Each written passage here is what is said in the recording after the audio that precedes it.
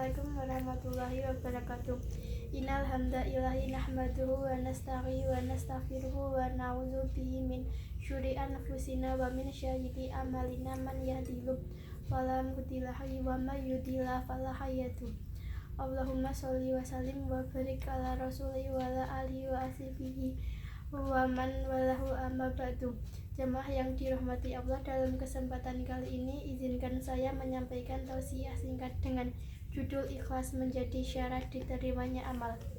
Seperti kita ketahui bersama, dalam hidup ini kita sebagai umat Islam dituntun oleh Allah Subhanahu wa taala dan Rasulullah Muhammad SAW untuk senantiasa memperbanyak berbuat baik.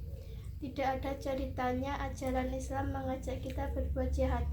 Perintah berbuat baik.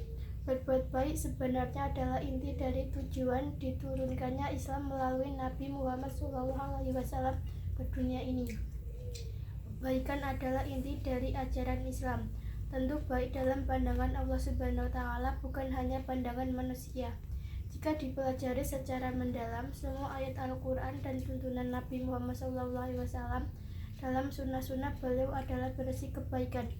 Dalam Quran Surat Al-Baqarah ayat 195, Allah Subhanahu wa taala dengan jelas memerintahkan kita untuk berbuat baik, karena Allah Subhanahu wa taala menyukai orang-orang yang berbuat baik.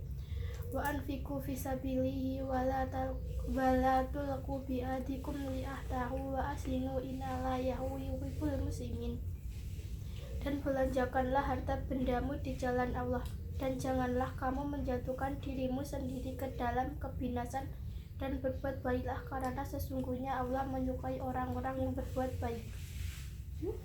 Di surat Ar-Rahman, Allah Subhanahu wa taala memberi kepastian bahwa balasan kebaikan adalah kebaikan pula. Hal jazuin illa ihsan. Tidak ada balasan kebaikan kecuali kebaikan pula. Allah Subhanahu wa taala melarang kita berbuat kerusakan di muka bumi dan menyatakan bahwa Dia sangat dekat dengan orang-orang yang berbuat baik. Dan janganlah kamu membuat kerusakan di muka bumi sesudah Allah memperbaikannya, dan berdoalah kepadanya dengan rasa takut tidak akan diterima dan harapan akan dikabulkan. Sesungguhnya rahmat Allah akan amat dekat kepada orang-orang yang berbuat baik. Namun Islam mensyaratkan standar yang tinggi dalam perbuatan yang kita lakukan. Maksudnya apa? Maksudnya adalah bahwa kebaikan yang kita lakukan itu belum cukup, belum tentu menjadi amalan yang diterima oleh Allah. Tidak cukup dengan kebaikan lalu lagi ikhlas. Islam tidak hanya menuntut kita berbuat baik, namun juga berbuat dengan ikhlas. Secara bahasa, ikhlas berarti bersih hati, tulus, murni. Ikhlas menjadi syarat utama diterimanya sebuah perbuatan baik yang dilakukan oleh manusia. Ikhlas dalam berbuat baik, beramal atau beribadah berarti melakukan perbuatan tersebut semata-mata mengharap ridho Allah Subhanahu wa taala, bukan untuk yang lain.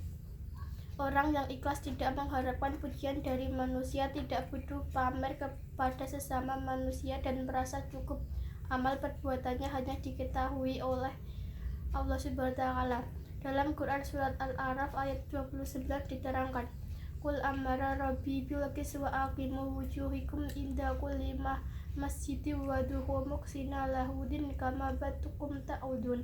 Katakanlah, Tuhanku menyuruh menjalankan keadilan, dan katakanlah, luruskanlah muka dirimu di setiap sembahyang, dan sembahlah Allah dengan mengikhlaskan ketaatan kepadanya, sebagaimana Dia telah menciptakan kamu pada permulaan, demikian pula lah kamu akan kembali kepadanya.